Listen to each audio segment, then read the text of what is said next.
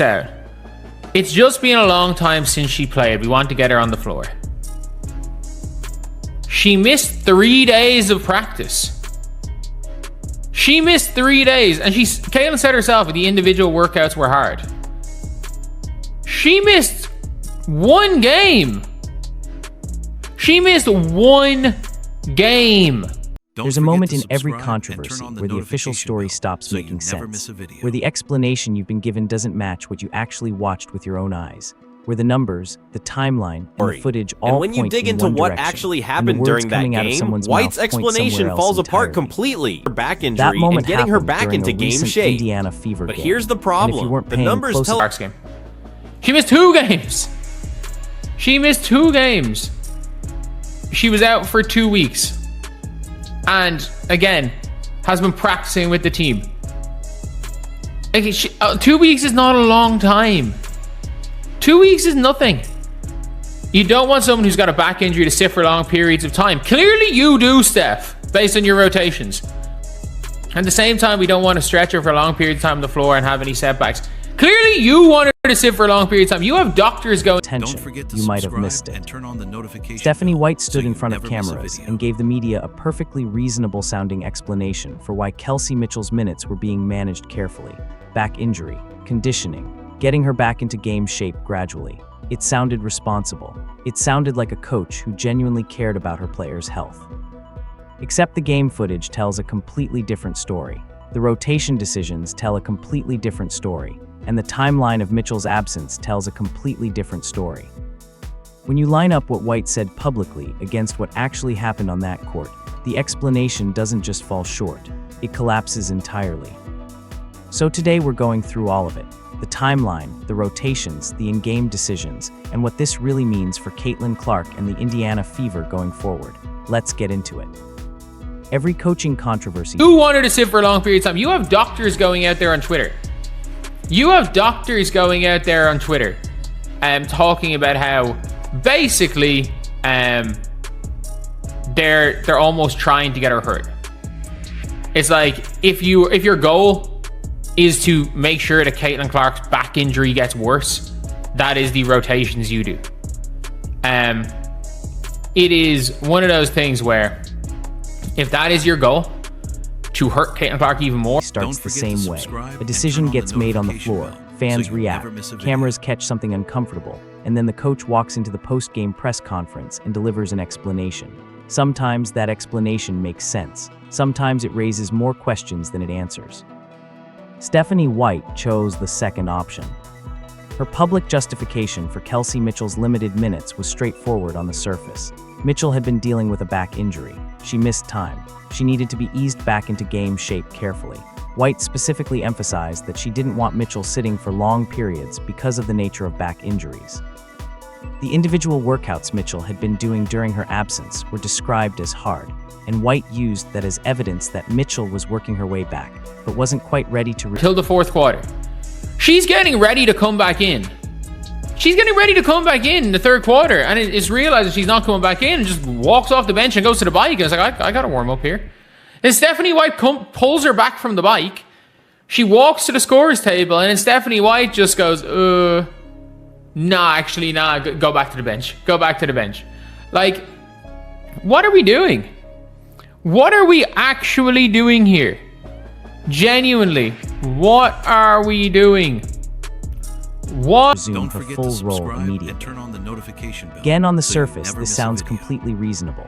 Injury management is a real and legitimate part of professional sports. Coaches have to balance winning games in the short term against protecting their players from setbacks that could cost them weeks or months down the line. If a player has a back issue, you don't just throw them back into full minutes immediately and hope for the best. You bring them along carefully. You monitor how they're responding. You make sure they're not putting themselves at risk for something worse. So White's explanation had the right vocabulary. It had the right structure. It sounded like something a responsible, player-focused coach would say. But here's the problem with explanations that sound reasonable without actually being... But they start the fourth quarter with Kelsey and Raven. Say with Caitlin and Raven. So Caitlin checks in for Kelsey Mitchell.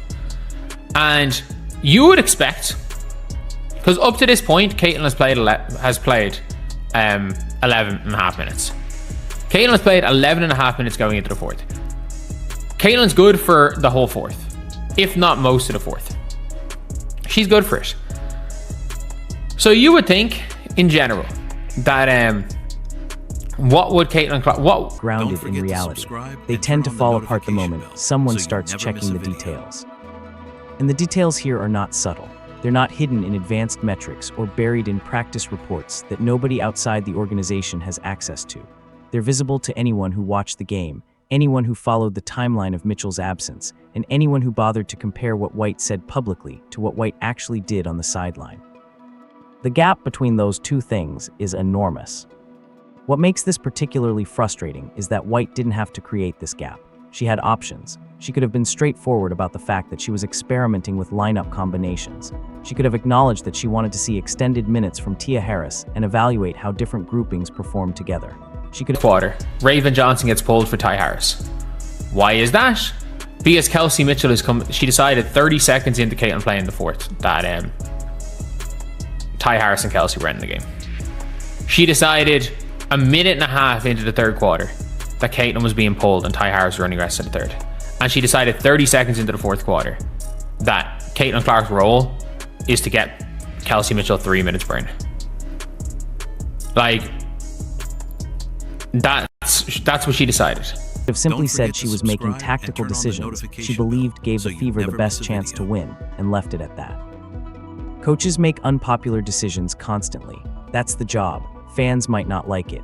Media might push back. But making an unpopular decision and owning it is fundamentally different from making an unpopular decision and then constructing a narrative around it that doesn't hold up to scrutiny. White chose the narrative, and once you start pulling at the threads, the whole thing unravels fast. Because the timeline alone is enough to raise serious questions, and that's where we need to start. Let's establish exactly what happened, because the framing White used in her media comments created an impression that doesn't match the actual facts. Kelsey Mitchell missed 2 games, not 2 weeks of games, not a month, not an extended stretch that would genuinely require careful reintegration. 2 individual games. She was away from the lineup for approximately 2 weeks total. And because that is unfortunately what being the coach of a superstar player does, or a superstar as in being a larger-than-life player. Nobody likes their coach at the time. Nobody has liked, even when LeBron played for Spo, they hated Spo. Nobody has liked any coach LeBron has ever had. Nobody. In recent times, unless it was Phil Jackson who won 5 rings, people hated every coach Kobe had. To a lesser extent, other than when he had Pop, people don't like every coach. During that entire period, she was practicing with the team and completing individual workouts. She was not sedentary. She was not completely disconnected from basketball activity. She was doing work that she herself described as hard. That's not a player who's been sitting on a couch with ice packs on her back hoping things improve. That's a player who has been actively maintaining her conditioning and staying engaged with the team's preparation. Now let's put 2 weeks in the context of professional sports absences, because context matters enormously here. When teams genuinely need to manage a player's return carefully, the absences we're talking about are 4 weeks minimum, 6 weeks, 2 months. Those are the situations where you have real conditioning concerns. Those are the timelines where a player's cardiovascular fitness has genuinely declined, where their legs aren't under them the way they need to be, where easing them back in slowly is medically and athletically justified. 2 weeks doesn't come close to that threshold. Players across professional sports miss 2 weeks regularly and return to their full rotations immediately. It's not even a conversation in most cases. You come back, you play your normal minutes, and everyone moves on. Stephanie White, this is very clearly now a look. Stephanie White clearly cares for, like, Caitlin Clark, the human being. And I don't think there's any real problem with that. Like, I don't think that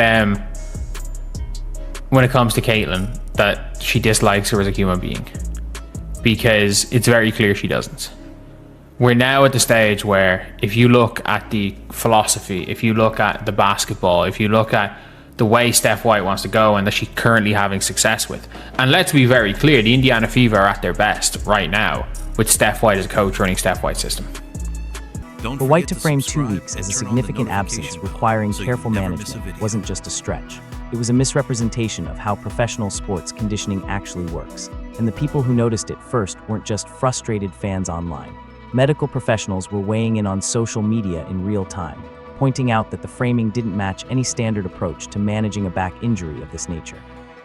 There's also something worth noting about how White described the situation when pressed. She mentioned that she didn't want Mitchell sitting for long periods because of the back injury. She specifically used that as part of her justification, keeping Mitchell active, not letting her stiffen up, managing the load carefully so she doesn't regress. That's an important thing for White to have said publicly, because it becomes the measuring stick against which her actual in-game decisions need to be evaluated.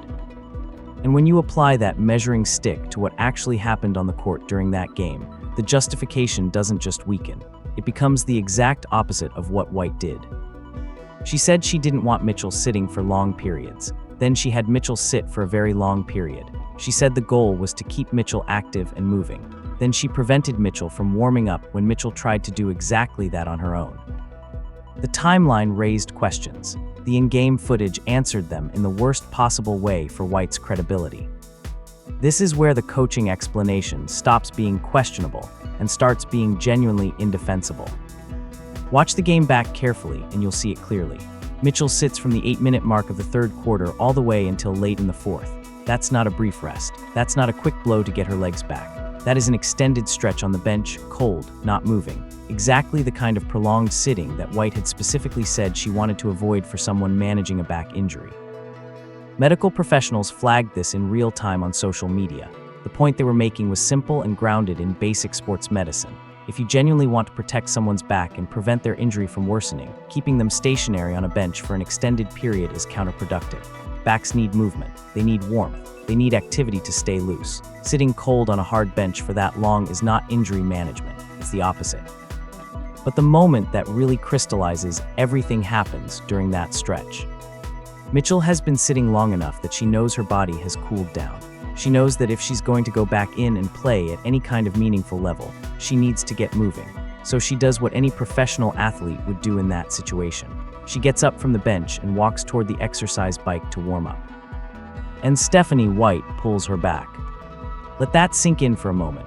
White's stated concern was that Mitchell needed to be managed carefully because of her back.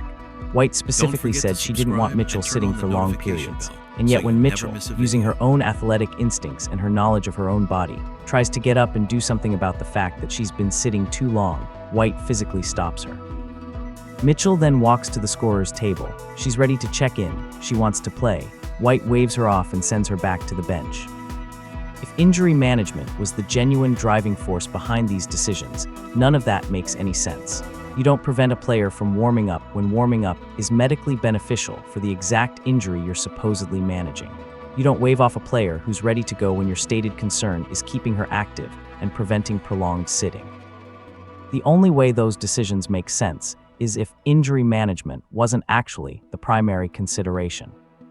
The decisions make sense if White had already determined who she wanted on the floor and in what combinations, and Mitchell's health was being used as a post hoc justification rather than a genuine driving factor. Fans watching in real time caught it, analysts caught it, medical professionals caught it. The only person who seemed to think the explanation was holding together was the person delivering it. And once you understand why those rotation decisions were actually being made, the entire picture snaps into focus. Here's what was actually happening, stripped of the injury management framing. Caitlin Clark went into the fourth quarter having played 11.5 minutes. 11.5. That means she was fresh. That means she had a full fourth quarter available in her legs, maybe more. Under any normal reading of that situation, you'd expect Clark to play most or all of the fourth quarter. She had the minutes in her. She had the energy. The math was simple.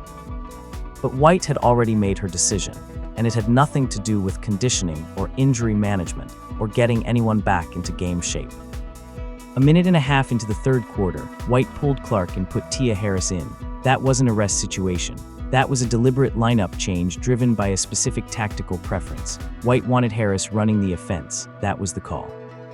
Then 30 seconds into the fourth quarter, Raven Johnson gets pulled for Harris. Think about why that happens. It happens because White wanted Harris and Mitchell on the floor together. She wanted her preferred lineup unit operating, and to get there she needed to make that substitution immediately. Clark's role in that fourth quarter wasn't to close the game. It wasn't to run the offense in a high-leverage situation. It wasn't to do the things that make her one of the most compelling players in the league right now.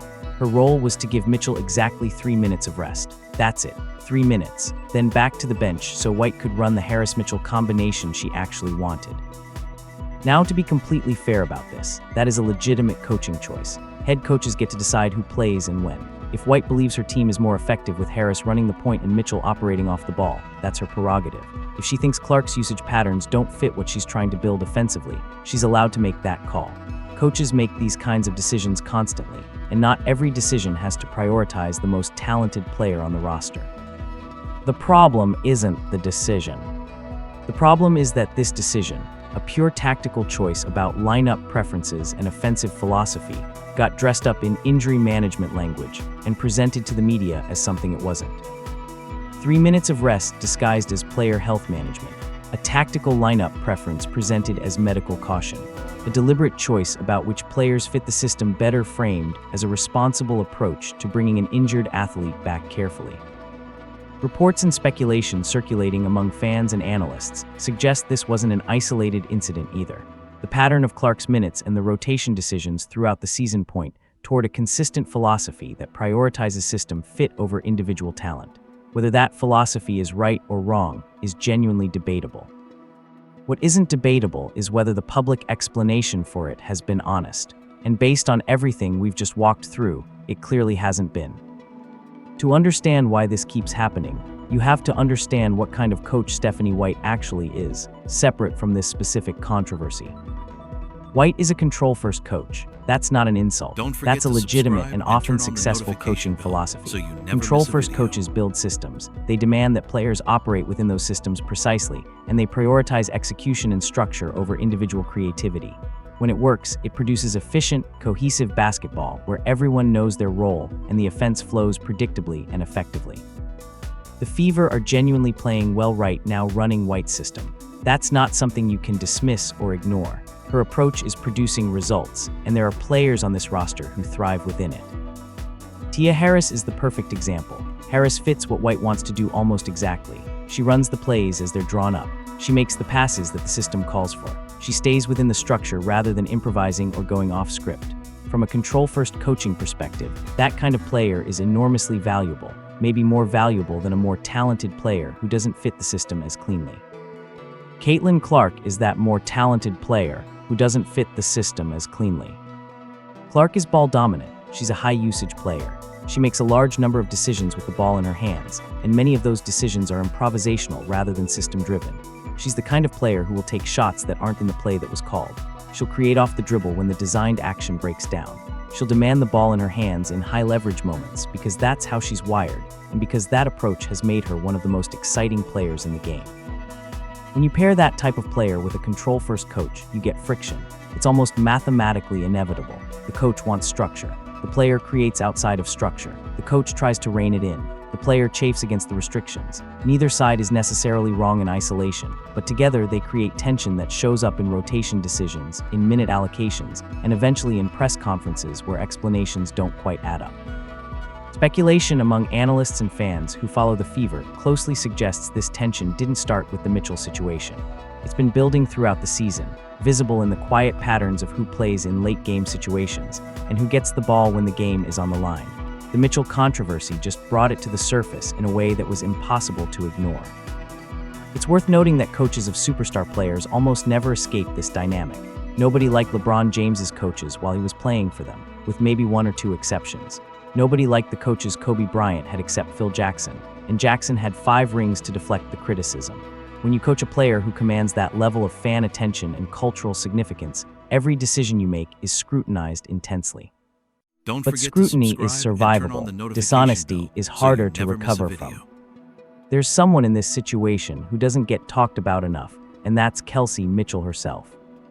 Mitchell knows why she was sitting. She was there. She lived it. She felt herself get pulled back from the bike. She walked to the scorer's table and got waved off. She sat on that bench for an extended stretch and watched the game unfold without her. She knows better than anyone in the building what was actually driving those decisions. And then she had to sit quietly while her coach went to the media and told a completely different story. Think about what that position actually feels like. You're a professional athlete. You've worked your entire life to get to this level. You know your body. You know your game. You know that the reason you were sitting had nothing to do with managing your back carefully and everything to do with your coach's preferred lineup combinations. And you have to accept that. You have to nod along when the reporters ask about it. You have to not contradict the official version of events, because contradicting your coach publicly has consequences that extend far beyond one press conference. Players who speak out against their coaching staff get labeled as difficult. They get described as locker room problems. They see their trade value affected. They lose endorsements. They get moved to teams that don't want them for basketball reasons, but want the asset they represent. The WNBA has a particularly tight grip on this dynamic because the league is smaller, the rosters are smaller, and there are fewer places to land if your reputation takes a hit. So Mitchell stays quiet. She accepts the narrative even though she knows it doesn't match reality. She goes to practice, she does her work, she competes when she's on the floor, and she keeps her thoughts about the press conference answers private.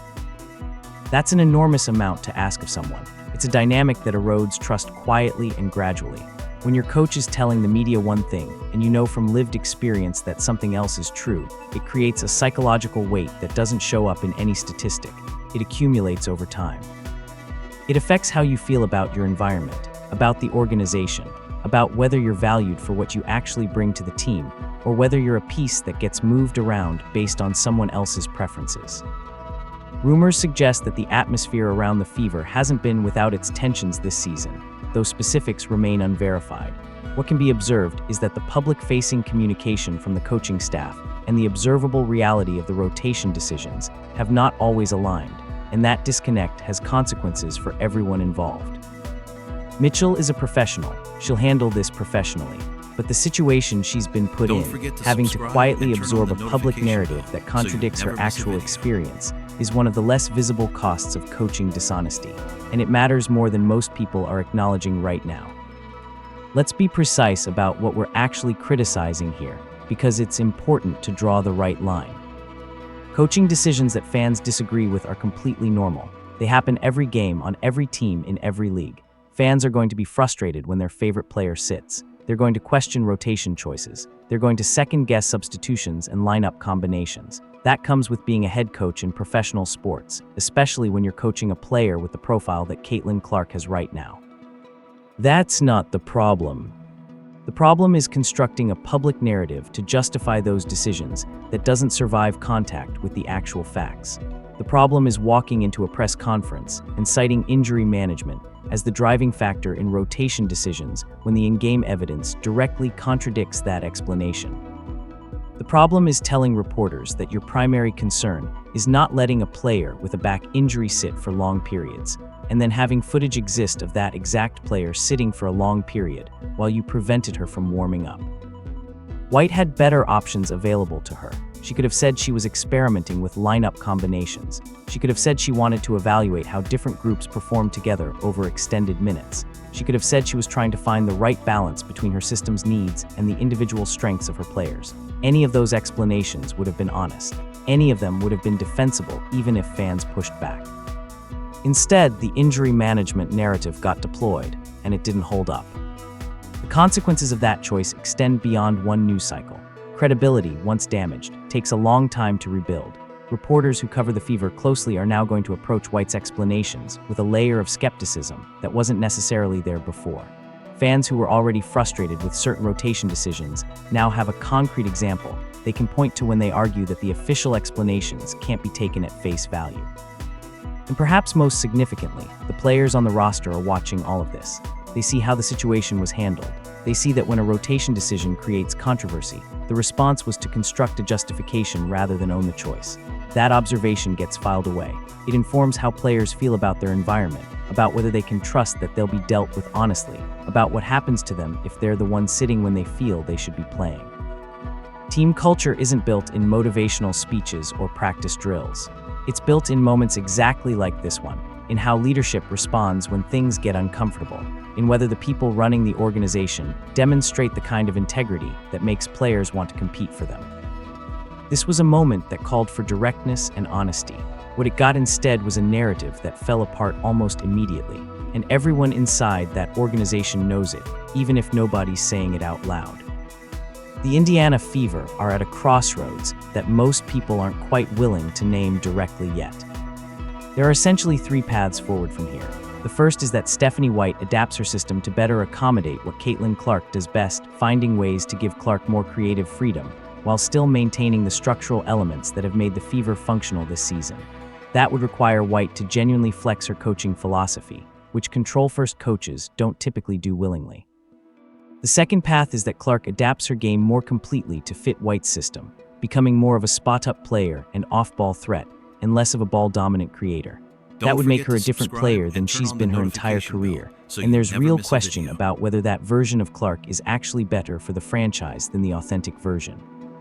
The third path is that neither side meaningfully adjusts, and they continue coexisting with tension running underneath the surface, finding a functional but uncomfortable middle ground, while the philosophical mismatch stays unresolved. None of these are clean outcomes. All of them involve compromise that at least one party probably isn't thrilled about. And then there's the option that almost nobody wants to say out loud, the trade conversation. Before that gets dismissed as impossible, consider the reality of Clark's trade value right now. If a deal were ever seriously explored, she'd command the kind of package that reshapes a franchise. Speculation online among analysts suggests teams like Washington could build around Aaliyah Edwards and Lauren Betts. Seattle could construct something centered on Jordan Horston and additional assets. These aren't fantasy packages. These are the kinds of conversations that happen when a franchise player is available and teams know it. But trading Clark isn't actually a realistic option, and everyone involved understands that.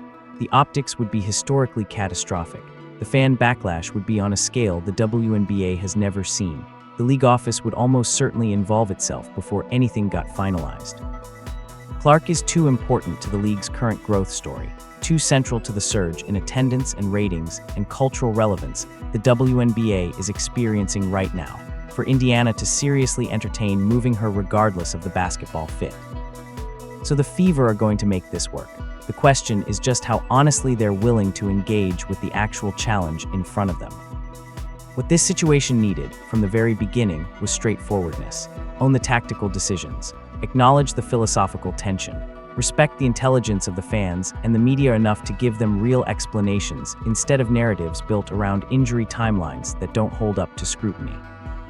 2 weeks is not a long time. Sitting on a bench for 8 straight minutes is not good for a back injury, and nobody watching closely is pretending otherwise. The only question left is whether anyone inside the Fever organization is willing to stop pretending either. So here's where we actually stand with the Indiana Fever right now. Stephanie White made rotation decisions that prioritized Tia Harris and a specific lineup combination over Caitlin Clark's minutes and Kelsey Mitchell's active role. That's her right as head coach. Coaches make those calls every single game. What she didn't do was tell the truth about why she made them. Instead, an injury management narrative got constructed that collapsed the moment anyone compared it to the actual timeline, the actual in-game footage, and the actual rotation logic. Mitchell sat for extended periods. She got pulled back from the bike. She got waved off at the scorer's table. Clark got 3 minutes of fourth quarter time and then went back to the bench. None of that matches the explanation offered to the media. The Fever are winning right now. The system is working. But systems built on a foundation of communication that doesn't match reality tend to develop cracks over time. Whether White adjusts her approach, whether Clark finds a way to thrive within the current structure, or whether this tension eventually forces something more dramatic, one thing is already clear. Everyone saw what happened, and the explanation they were given didn't come close to covering it.